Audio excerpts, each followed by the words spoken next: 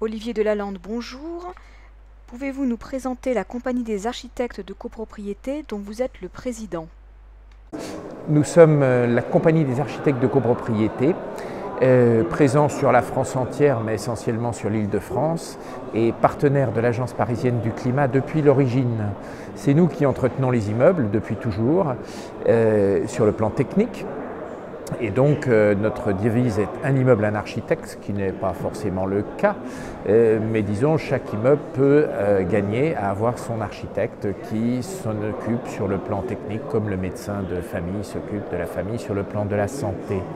Et l'Agence parisienne du climat qui sur Paris essaye de mener tout le bâti à la transition énergétique, s'est tout de suite intéressée à nous et nous avons vu tout l'intérêt que nous avions à devenir leur partenaire parce que maintenant il ne s'agit plus seulement d'entretenir les immeubles mais de les améliorer de manière à ce qu'ils consomment moins d'énergie et qu'ils soient plus confortables pour leurs habitants. L'Agence parisienne du climat essaye de mettre en place des programmes de rénovation énergétique. Nous répondons aux besoins des immeubles dans lesquels nous nous trouvons et il faut faire coïncider les deux choses. Faut-il réaliser un audit énergétique ou un audit global? Les copropriétaires sont venus nous voir lors de ce forum avec essentiellement une question.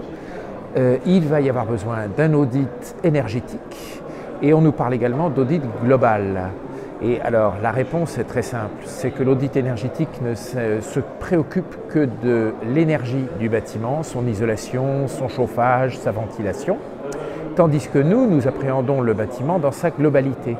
Et donc effectivement, la manière rationnelle et de bon sens pour le travail, c'est de commencer par l'audit global, qui s'occupe du bâtiment dans toutes ses composantes, de la cave au grenier, plutôt de fond en comble, plomberie, structure, etc.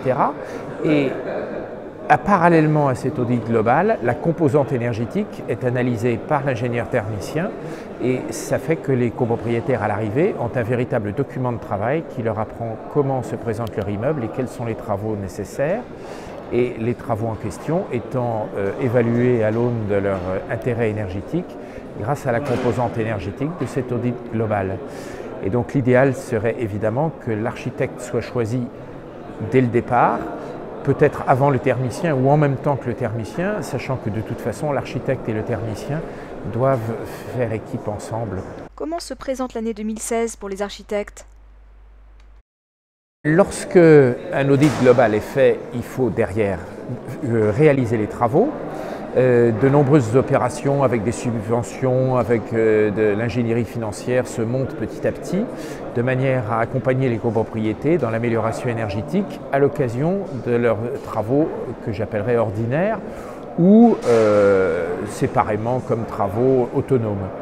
Simplement, toutes ces opérations sont excessivement lourdes sur le plan que je qualifierais presque de bureaucratique ou de technocratique et très difficiles à mettre en place, très consommatrices de temps d'études, peut-être pas toujours nécessaires à la bonne réussite de l'opération. Et il sera très difficile, à mon avis, de généraliser cette méthode sur la totalité du bâti parisien et encore moins du bâti de la France entière. Et donc ce qu'il faudrait, c'est absolument alléger toutes les procédures et simplifier la manière dont on peut mener les travaux. Tout le monde y gagnera et surtout les copropriétés y gagneront en visibilité, en simplicité.